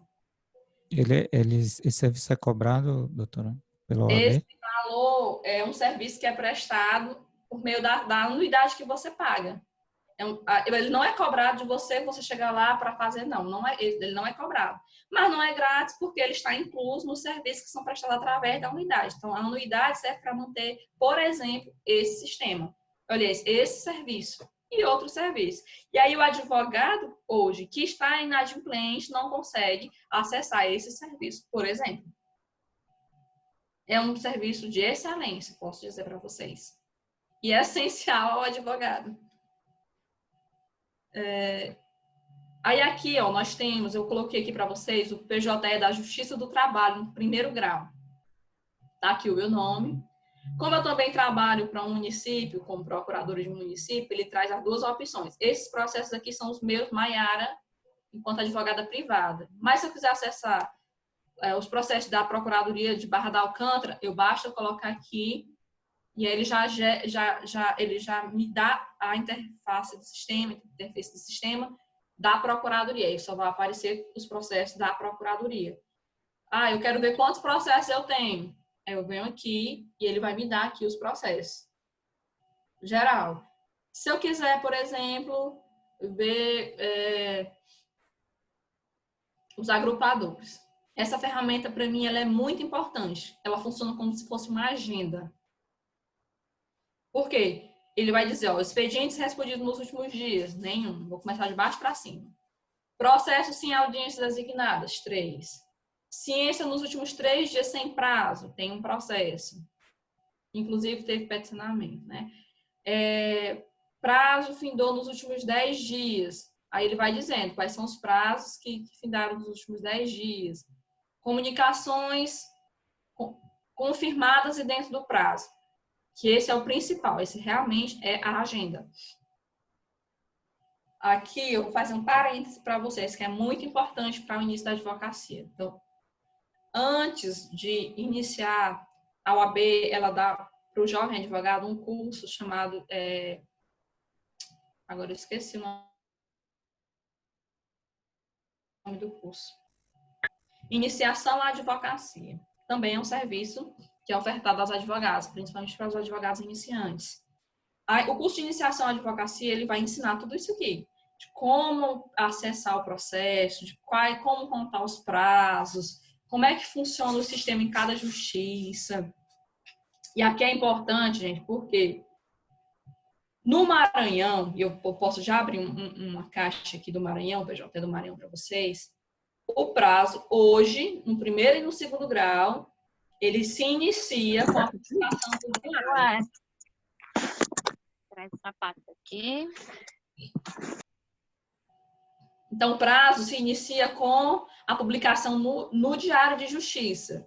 No Piauí, tanto na Justiça como estadual, como na Justiça do Trabalho, nós temos, pela lei do processo eletrônico, aqueles 10 dias para a ciência. Então, o advogado, ele ganha 10 dias, se ele não abrir a intimação, ele ganha 10 dias além do prazo do ato a ser praticado. Então, a data é que ele traz, por exemplo, nesse primeiro processo, a data do ato de comunicação. Então, foi comunicado nesse dia, pelo sistema. Aí eu tenho 10 dias, tive até o dia 18/9. Doutora Maiara, só para registrar aqui a presença do doutor José Milton, juiz aqui de Timon, ele fez um comentário aqui no chat dizendo: excelente explanação, doutora Maiara, esbanja conhecimento, didática e empatia. Agradeço pela oportunidade. Pena que não poderia acompanhar até o final em razão da necessidade de realização de audiência. Bom dia a todos. Doutor José Milton, é juiz de Timon. Então, aqui nós temos esse processo aqui da Justiça do Trabalho. É muito importante a questão da contagem do prazo, porque no Maranhão você não tem esses 10 dias para leitura automática mais. Porque antes, no segundo grau, no Tribunal de Justiça do Maranhão, as publicações eram realmente no Diário de Justiça. No primeiro grau, ele se dava dessa forma que eu vou colocar aqui para vocês. É disponibilizado uma chamada aqui, uma intimação no sistema, você tem 10 dias para abrir, se você não abrir, o seu prazo vai começar no dia seguinte à data final para a ciência, que são 10 dias, você ganha esses 10 dias. Quando foi em agosto desse ano, o tribunal, ele uniformizou a maneira de contagem desse prazo. Ele disse, não, olha, para uniformizar não tem problema, todos os prazos no Maranhão vão ser contados a partir da publicação no diário. Ou seja, isso causou um problema tão grande que a OAB, inclusive, fez um pedido para o tribunal para fazer uma abertura de prazo aí, porque alguns colegas, acredito, que perderam prazo nessa questão, tanto da questão da pandemia, quanto na mudança desse sistema em agosto. Isso gerou uma pequena celeuma no tribunal. No Piauí, não. No Piauí, você ainda tem esses 10 dias para a ciência. Então, enquanto eu não tomar a ciência, o prazo não começou. Vai começar nesses 10 dias. Aí, eu tomei ciência nesse dia aqui. O prazo começou no dia 19/9. E ele vai terminar no dia 4, que é um prazo para um cumprimento de uma tutela, por exemplo. Era de 30 dias úteis. Ele só vai terminar no dia 4. Eu ainda vou me manifestar, inclusive. E aí, por aí vai. Aí aqui ele funciona como se fosse uma agenda para o advogado. Ó. Aí, de cima para baixo, são os prazos que vão vencer primeiro. Ó. Tem o prazo que vai vir aqui. Cadê? É porque não está aparecendo para vocês. Ó. Quando foi disparada a intimação, quando, aqui, esse segundo aqui, o prazo de 10 dias que eu tinha para ter a ciência, a data da ciência que foi automática no sistema, e esse prazo vai terminar no dia 4 de novembro. E aí, Doutora Mayara, então o advogado ele recebe a intimação por e-mail, é isso? Como é que funciona? eu vou mostrar aqui para vocês no outro, aqui, já já. Eu vou abrir esse processo, certo? É no próprio sistema. Tem uma aba de expedientes. Então, se o advogado ficar esperando chegar o e-mail de intimação, ele pode Ele vai perder o perder o prazo, né? prazo. Ele tem que entrar no PJE todos os dias e verificar se chegou a intimação. Essa é a verdade. Os sistemas, ele traz uma opção de push, que é quando automaticamente, no dia em que for disponibilizada a intimação, chegar no seu e-mail um aviso, mas esse aviso é meramente informativo. E se você perder o prazo, é por conta e risco sua. Você tem que entrar no sistema, olhar o sistema e ficar acompanhando. Se a sua caixa de e-mail estiver cheia também, né? Às vezes, Se a sua caixa de, às vezes aqui, ó, se a sua caixa de e-mail estiver cheia também, você não não recebeu o e-mail. não vai receber e vai perder o prazo. Aí aqui, você, por exemplo, aqui foi a intimação, ó, enviar via sistema, ele está dizendo, ó, meio do expediente. Fechar bem que esse tá ventando muito aqui. Então ele diz bem aqui, ó, foi enviado como? Foi enviado pelo sistema. Mas já para a parte, a intimação é pelo diário, certo? Agora tem que ter cuidado, porque dentro do sistema é para ser automático, né? O meu prazo aqui realmente é um prazo de 30 dias para apresentar um embargo de execução, 30 dias úteis. Mas, às vezes, por algum equívoco, o servidor digita algum número aqui e não fica correto esse prazo. Então, é importante que o advogado faça a contagem manual do prazo também. O que é que eu geralmente faço? Vou voltar aqui. Vocês estão conseguindo ver agora a outra tabela? Vocês estavam vendo o processo ou não? Estamos vendo a tela de processo judicial eletrônico. Mas Aqui. viram o processo? Pesquisa de meios expedientes. Não, quando você abriu o processo, ele não mostrou. Continua na tabela dos meus expedientes. Pesquisar meus expedientes. Agora vocês estão vendo o processo? Sim, agora tem as movimentações. Aqui nessa aba expediente, tem dizendo aqui qual foi o meio do expediente, a resposta da pergunta que o doutor me fez. Então, a intimação foi enviar via sistema. E aí ele vai dizer aqui, ó, o prazo é embargo da execução, 30 dias, o fim do prazo vai terminar dia 4. Aí essa coluna aqui de fechada é para saber se o prazo já fechou ou não, certo? E aí por que eu disse para você que tem que ter muito cuidado com relação a esse prazo aqui do sistema? Porque às vezes tem erro. Esse aqui mesmo teve um erro. Quando a central de mandado, o Justiça do Trabalho manda por e-mail. Eles mandam por e-mail. Só que não chegou o e-mail e eles botaram aqui o prazo 0. Aí eu entrei em contato com eles. Olha, eu vi aqui que teve uma movimentação. Eu não recebi essa intimação. Eu quero que vocês disponibilizem no sistema.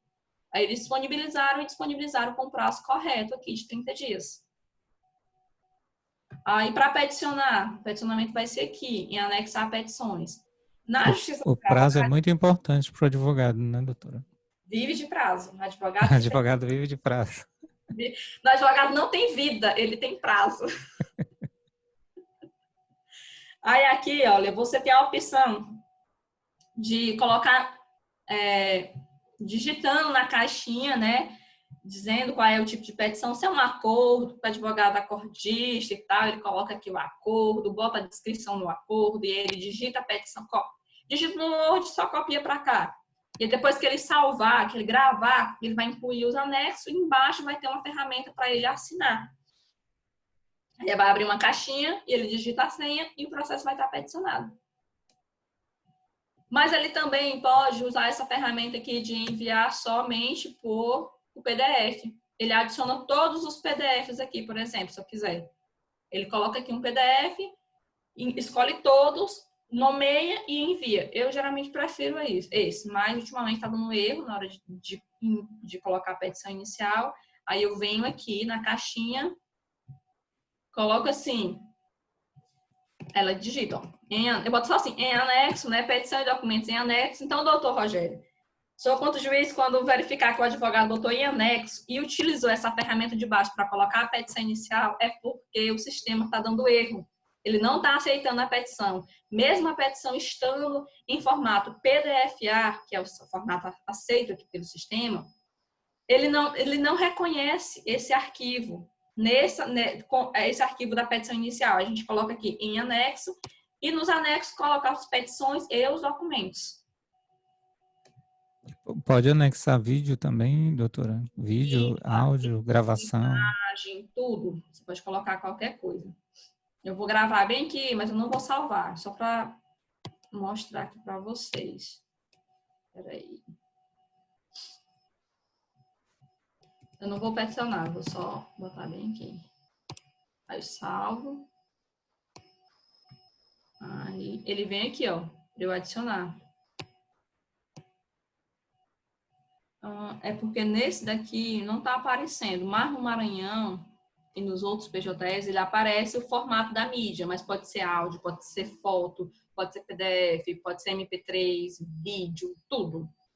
Eu vou fechar esse aqui e vou abrir o sistema do Maranhão para mostrar para vocês como tem uma diferençazinha de layout, mas é muito pouca.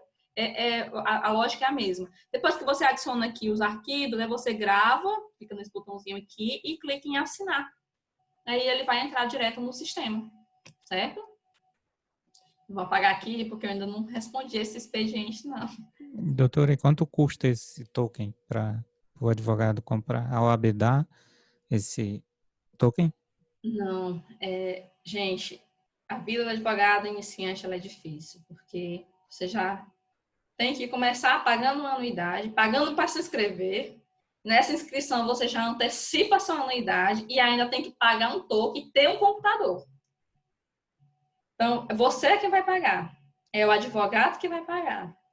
Hoje, como eu só renovei, eu já tinha a mídiazinha, só a renovação eu paguei R$133. Mas o primeiro token, o primeiro certificado, é algo em torno de R$300, R$400. Já tem alguns anos que eu tirei o meu. E ainda tenho, eu estou só simplesmente renovando. Ele renova a cada 3 anos. A cada 3 anos a sua assinatura vence e aí você tem que fazer a renovação. Se você perdeu a mídia onde está o certificado, tem como recuperar pelo sistema lá. Você recebe 3 senhas e aí você consegue recuperar e ele dá um novo certificado sem necessariamente cancelar esse aqui. Mas aí você tem que guardar tudo que você recebeu, os documentos e tudo, para depois ir lá para eles resgatarem. Aí aqui, nesse aqui, ó, você tem a aba das audiências, quando foi que ocorreu as audiências, se foi redesignada. Os expedientes todos vão ficar aqui, todos que a gente recebeu, os expedientes do segundo grau, eles ficam aqui também, ó, na Justiça do Trabalho. Os expedientes do TST ficam aqui também. Esse cadeado amarelo que a senhora está mostrando aí, significa o quê? Sei. Muito bem. Aqui significa que o documento foi assinado. E se eu clicar aqui, ele vai mostrar a assinatura digital de quem assinou o documento. Nesse caso, esse documento foi assinado pelo Dr. Carlos Wagner, que é o juiz que estava, na época, em Valença. Hoje ele está aqui em Teresina, mas ele estava lá em Valença, na Vara do Trabalho de Valença do Piauí. E aqui aparece, foi ele que assinou, o magistrado, tá vendo? E a chave do emissor, você consegue verificar, é o que dá autenticidade, né, ao documento. É isso. E aqui você consegue ver o documento, se você clicar aqui, o documento vai aparecer, eu vou mostrar aqui para vocês. Pronto, eu cliquei naquela aba e abriu o documento. Aqui é o mandado de cumprimento. Ele mandou meu cliente atualizar o salário do professor, sob pena de multa diária de R$1.000, com limite de R$10.000 por dia. É o cumprimento da obrigação de fazer. Está faltando só apresentar a comunicação de cumprimento. Já diligenciei nesse sentido. Aí eu vou fechar aqui para vocês. Eu vou abrir aqui o PJE da Justiça do Maranhão, por exemplo, que também é semelhante ao do Piauí. Doutora Maiara, a Francisca Ferreira colocou aqui no chat. Tirei meu certificado digital agora, paguei R$130 e mais R$50 pelo token. Isto após o pagamento da anuidade. Deve estar tendo alguma redução, né? Deve ter te dado alguma redução. Na minha época, eu paguei muito caro. É com o tempo, porque foi a inovação, foi assim que surgiu, e as coisas ficam muito caras, e depois que todo mundo tem, é a lógica do mercado, né? A renovação, eu paguei R$ 133 na renovação. Quer dizer que paga o certificado e ainda paga o pendrivezinho, né? A mídia, né? Exatamente. Eu vou botar bem aqui no PJE do Maranhão, para mostrar para vocês as diferenças.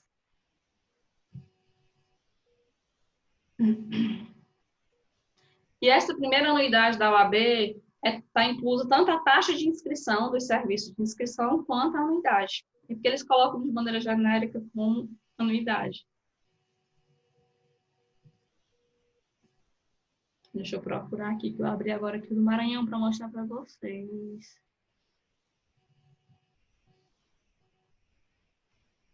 Por exemplo, aqui, vocês estão conseguindo visualizar?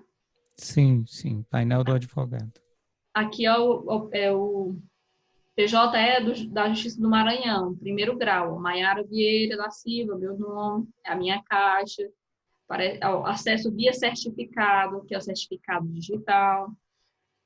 Aqui você vai ter... Estão observando que é diferente o layout? Lá, a disposição era na horizontal, uma faixa em cima aqui. Aqui não, e já tem essa barra aqui lateral. Mas as funcionalidades são as mesmas. Olha, eu tenho 3 processos pendentes de resposta no Fórum de Estimon. Inclusive, saiu uma ontem, está aqui.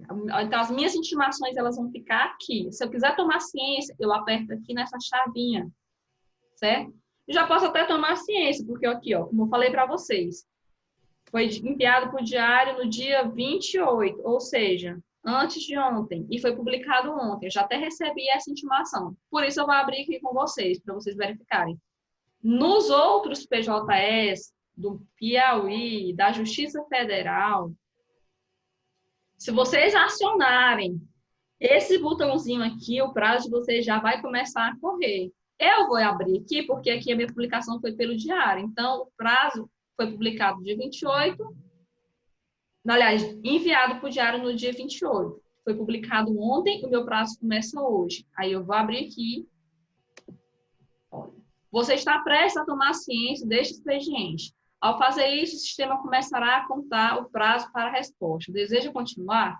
É porque atualizaram a maneira de contagem do prazo, mas ainda não adaptaram aqui o sistema. Mas, na verdade, o que vale é o prazo diário. Eu vou tirar aqui, só mostrar aqui, só a parte mesmo que interessa aqui. Como, gente, é um processo público, qualquer pessoa pode ter acesso, então não estou cometendo nenhuma violação ética. Agora, se fosse um processo sigiloso, eu não poderia estar fazendo essa exposição para vocês. Deixa eu ver aqui.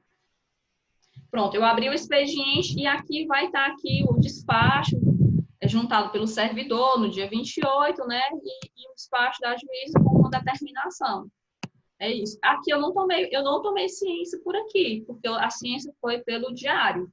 Mas nos outros sistemas, que é o do Piauí e da Justiça Federal do primeiro grau, que no caso vai englobar aqui as seções judiciárias do Piauí, subseções, e do Maranhão, dentre outros estados, né?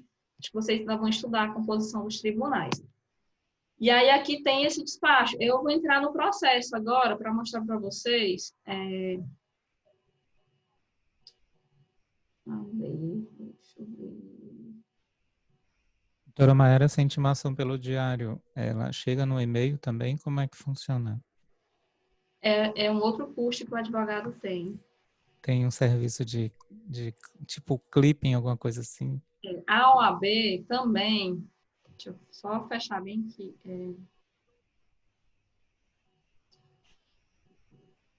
A OAB, ela também, através do pagamento da anuidade, disponibiliza um sistema de clipe, que você colocou aí para a gente. Que é um sistema, que é o sistema Advise, que ele manda para o e-mail do advogado cadastrado a intimação que ele recebeu. ele faz uma busca nos diários com o nome OAB, e aí quando ele encontra aquele nome ou um nome parecido, ele manda para o seu e-mail. Você recebe um e-mail dizendo, você recebeu uma intimação. Esse diário é o diário oficial? É o diário oficial. O serviço prestado pela OAB, cada OAB disponibiliza o diário oficial do seu estado e os diários dos tribunais superiores.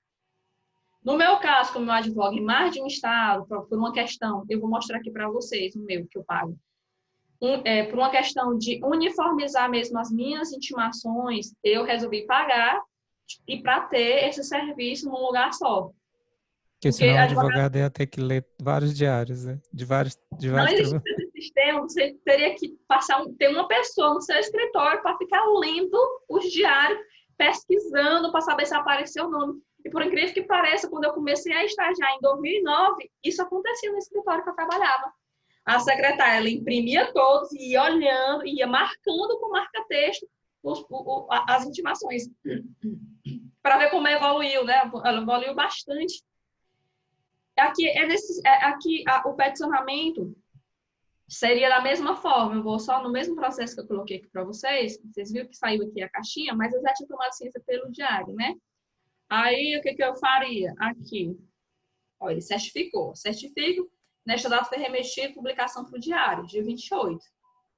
Aí você vem aqui, nesse botãozinho aqui, no canto. A gente não está vendo. Continua na tela anterior. Desculpa, vocês têm que me avisar. Vamos aqui. Então, aqui nós temos o sistema do PJE do Maranhão. Estou dentro com um processo aberto para vocês.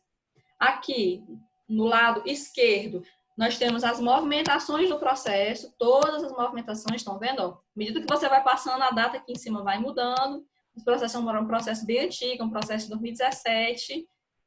É um processo super contencioso. Eu daria um exemplo de um processo contencioso, esse daqui. Sem entrar em maiores detalhes. Enfim. Doutora, mas como é que eu faço para vou ter que abrir cada documento desse para poder ter acesso a esse processo? Não. Aqui em cima, vocês estão vendo essa setinha? Quando clicar aqui, ele dá a opção de você fazer o download do processo todo, de ordem crescente ou decrescente, ou peças por período. Eu quero as peças só do ano de 2019. Você define a data e ele vai baixar. Ou então eu quero um ato específico, eu quero só a contestação. Você clica aqui e ele baixa a contestação. Eu quero só o despacho, ele baixa todos os despachos. É uma ferramenta muito boa. Só que tudo tem um custo, né, e uma demanda no TRF da primeira região, a Justiça Federal, entre 10 horas da manhã e 20 horas da noite, hoje, você não consegue utilizar essa ferramenta, porque o sistema está muito congestionado, e aí eles fecharam essa ferramenta para as pessoas conseguirem fazer o peticionamento durante esse período. Então, quem precisar baixar um processo hoje na Justiça Federal, ele precisa baixar antes de 10 horas da manhã ou após as 20 horas. Nesse intervalo, se você for tentar utilizar esse botão no PJE da Justiça Federal, você não vai conseguir. Doutora Mayara Francisca Ferreira está colocando aqui. Doutora Mayara, obrigado pela excelente explanação. Eu, como advogada iniciante, estou adorando as informações. Gostaria de informar que haverá agora pela OAB Piauí o curso para jovem advogado, nos dias 3, 4 e 5 de novembro. E posso afirmar que hoje, com sua explanação, posso dizer que foi bastante produtivo de conhecimento da prática. Obrigado pela didática. Amei. Ainda botou 2 sinais de exclamação. Amei. Muito obrigada. Pois eu recomendo que você faça. O curso de iniciação da OAB é excelente. Vocês vão tirar muitas dúvidas, não só de sistema, mas dúvidas práticas também. É um serviço que vale a pena. É um serviço muito bom prestado pela OAB. Gente, eu sei que vocês me deixaram falando aqui, eu vou mostrar mais alguns sistemas aqui, mostrar o sistema de publicação e vou responder as perguntas que vocês tiverem e a gente encerra, tá bom? Sei que vocês também têm tempo, eu acabei me empolgando aqui. Então, aqui, você consegue, e esse botãozinho aqui, para que serve? Se eu quiser peticionar dentro do processo, eu vou vir aqui em juntar documento. Aí ele vai abrir a caixa. É importante que vocês, quando tiver um expediente, que vocês cliquem aqui para responder o expediente específico, certo? E aí vocês vão aqui colocar a descrição, o que é. É uma petição, uma apelação, vocês colocam aqui o documento, colocam a descrição aqui, ou digitam aqui, ou apenas colocam em anexo, salva, e aí embaixo, quando vocês salvarem, eu não vou peticionar, só vou colocar para vocês observarem aqui. Anexo. Vou botar aqui uma petição. Não, só...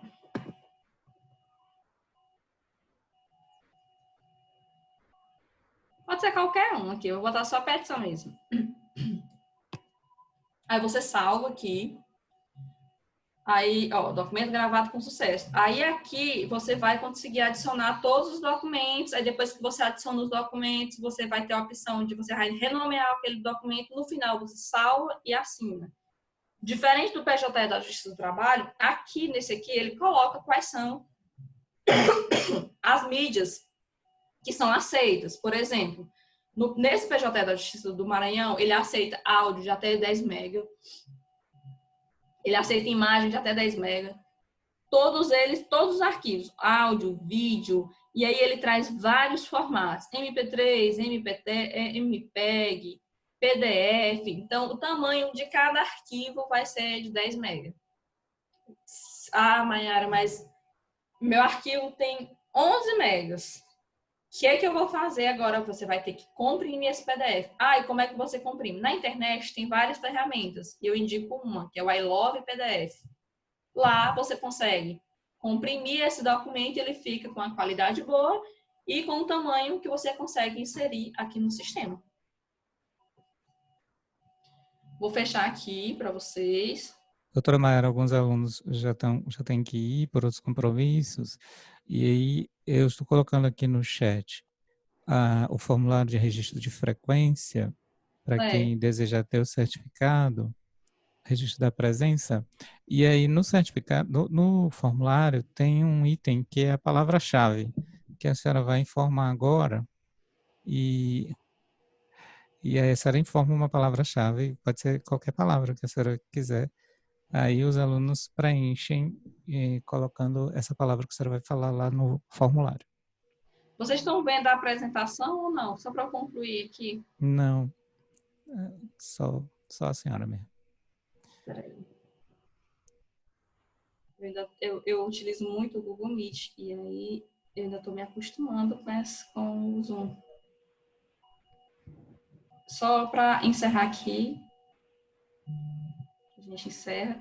Então, eu tinha falado para vocês, né? Então, eu utilizo um sistema que é o mesmo da OAB, só que ele uniformiza, ele coloca num só lugar todas as minhas intimações, ele faz a busca por palavra-chave, pelo nome. Você tem um nome do cliente específico, ele pesquisa pelo nome do cliente específico, pelo meu nome, pelo nome das advogadas que trabalham comigo, então ele faz toda essa busca e a gente consegue monitorar e a gente não perde prazo. Mas como o tempo está escasso, eu já extrapolei, eu vou só concluir aqui e a gente finaliza. Voltando aqui, temos o sistema do PJE, ele é utilizado na Justiça Federal, na Justiça do Piauí, na Justiça do Maranhão, estadual e federal. Tem o CU, que é o CU. Esse sistema é o sistema onde transitam os processos de execução de pena, processo criminal na fase de execução. E o sistema EPROC. O sistema EPROC é um sistema próprio da Justiça Federal, em que o peticionamento é um processo eletrônico anterior ao PJE. Antes, esse sistema EPROC ele era utilizado também para fazer peticionamento eletrônico em processo físico. Aí, ano passado, com a política de digitalização de todos os autos, foi encerrada essa ferramenta e a gente só consegue peticionar nos processos eletrônicos desse sistema apenas. Não se peticiona mais em processos físicos e os processos estão sendo virtualizados, colocados no PJE. Então, hoje, o sistema mais importante é o PJE e depois o CU, a parte criminal. Eu encerrei aqui a frase, né, do Sobral Pinto, que a advocacia não é profissão de covardes. Gente, porque eu tentei aqui colocar um pouco da prática mesmo, como é que a gente faz. A advocacia é uma profissão em que a gente não tem muita rotina, a gente trabalha muito, mas é muito gratificante. Para mim, é muito gratificante fazer justiça para as pessoas.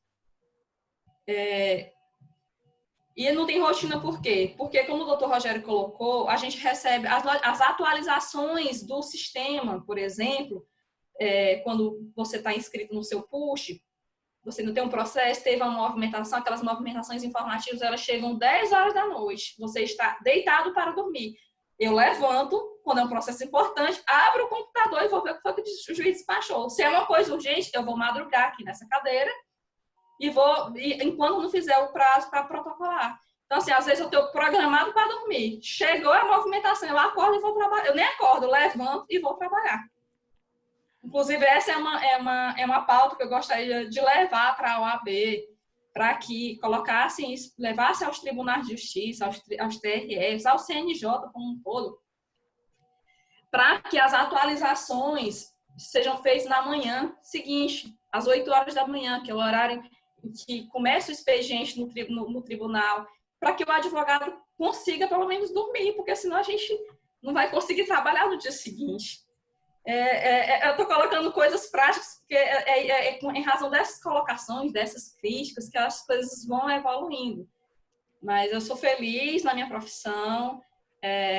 Quem tiver potencial, quem tiver vontade, tenho a dizer para vocês que os primeiros anos não são fáceis, mas que valem muito a pena. É isso. E a palavra-chave que eu vou colocar para vocês é justiça. Eu vejo na advocacia um instrumento de justiça mesmo, de você conseguir exercer uma função social, de fazer justiça no caso concreto. Então, a palavra-chave, professor Rogério, que eu coloco para os alunos é justiça. Deixo aqui meu agradecimento por poder participar, contar um pouco da prática da advocacia e me colocar à disposição para outras oficinas. Que bom. Obrigada. Que bom, professora Mayara. Aí a gente... Professora, né? A senhora deu uma aula, né? Tem alguma pergunta que seja para responder? Não, no chat ainda não. Mas quem quiser pode colocar as perguntas ou pode abrir o vídeo, fica à vontade. Eu gostaria, antes da gente encerrar, dando muito parabéns aqui para a senhora, né? Grace, parabéns, doutora Mayara. Andréa, parabéns, doutora Mayara. Lorena, palestra perfeita e muito esclarecedora. Então, só elogios aqui à sua palestra. Eu gostaria que a senhora interrompesse um pouco a apresentação para a gente abrir os nossos vídeos, para eu fazer um registro para mandar para a faculdade, por favor. Deixa eu ver como é que eu faço aqui, doutor, só um instante. Francisca Ferreira também está elogiando. Parabéns, professora Mayara, pela brilhante explanação, grata pelas informações. Então, muitos elogios. Aí eu gostaria de pedir para todo mundo abrir o vídeo, é rapidinho, só para a gente fazer um registro. Só para a gente fazer o registro. Aí a Gislene abriu. A André tá de máscara, né, André? Tá aí na ativa, né, na labuta. Gisleide. A Juliana, pode abrir, Juliana. A Juliana tá no meu perfil ali, Rogério Monteles. Pode abrir, Juliana. Você é essencial aqui para tudo funcionar. Juliana que providenciou viabilizar esse momento aqui para gente. A Ednaele falando, excelente abordagem, doutora Mayara, parabéns, ótima condução, muito legal. Então, a gente vai fazer o registro agora. Lorena, pode abrir também, se quiser, Lorena, Jaqueline. A gente vai fazer um pequeno registro aqui, deixa eu só abrir aqui, fazer a captura da tela. Então, todo mundo dá um sorriso, para a gente mandar lá para a faculdade. Mais um, vou fazer 3, né? Melhor de 3, não tem esse negócio? Melhor de 3. Eu fiz a primeira, vamos fazer a segunda agora. Todo mundo que ainda não entrou ainda tem a oportunidade. Aí a Juliana, baixa mais essa câmera para a gente te ver. Gente, qualquer dúvida, meu Instagram tá aí, vocês podem mandar uma mensagem, eu vou responder, viu? Qualquer dúvida. Fazer a última captura agora. Pronto. Legal. Obrigado, doutora Maiara. Doutora Maiara, você deu aí um pouco do seu tempo precioso. Vocês viram aí que ela tem prazos para cumprir, tem uma série de coisas e Uma está multa aqui, correndo. tem multa correndo e está aqui compartilhando com vocês alunos e pessoas externas também. Então, assim, agradeço demais a sua presença e se quiser deixar umas considerações finais, fique à vontade. Como eu coloquei para vocês, vocês que, principalmente os alunos, né, que estão na faculdade, trilhem esse caminho, o caminho do conhecimento, de atuar com ética, escolham a profissão que vocês gostem. Se for advocacia, eu vou ficar muito feliz, porque realmente, para mim, eu me realizo na advocacia e eu acredito que aquele que tem vontade de ser advogado tem que lutar pelo seu sonho e para fazer justiça para outras pessoas. Não existe sensação melhor do que fazer justiça na vida das pessoas. Gente, de fato, para mim, o advogado é essencial à administração da justiça, porque ele faz justiça. Então, deixar meu muito obrigada a vocês por essa oportunidade de compartilhar um pouco da minha rotina. Até mais. Que ótimo. Nós aqui agradecemos. Então, gente, bom dia para todo mundo. Agradeço a presença de todos, principalmente da doutora Maiara. E convido vocês para a nossa última oficina da semana, que é hoje à noite, com o Elton Costa, que é do Tribunal do Maranhão. E então, ele vai falar sobre a prática da família, das ações de família no judiciário, que ele trabalha numa vara de família. Então, convido todo mundo hoje à noite para a gente continuar mais essa jornada de profissões jurídicas. Bom dia para todo mundo. Até a próxima. Até a próxima. Tchau, tchau. Tchau.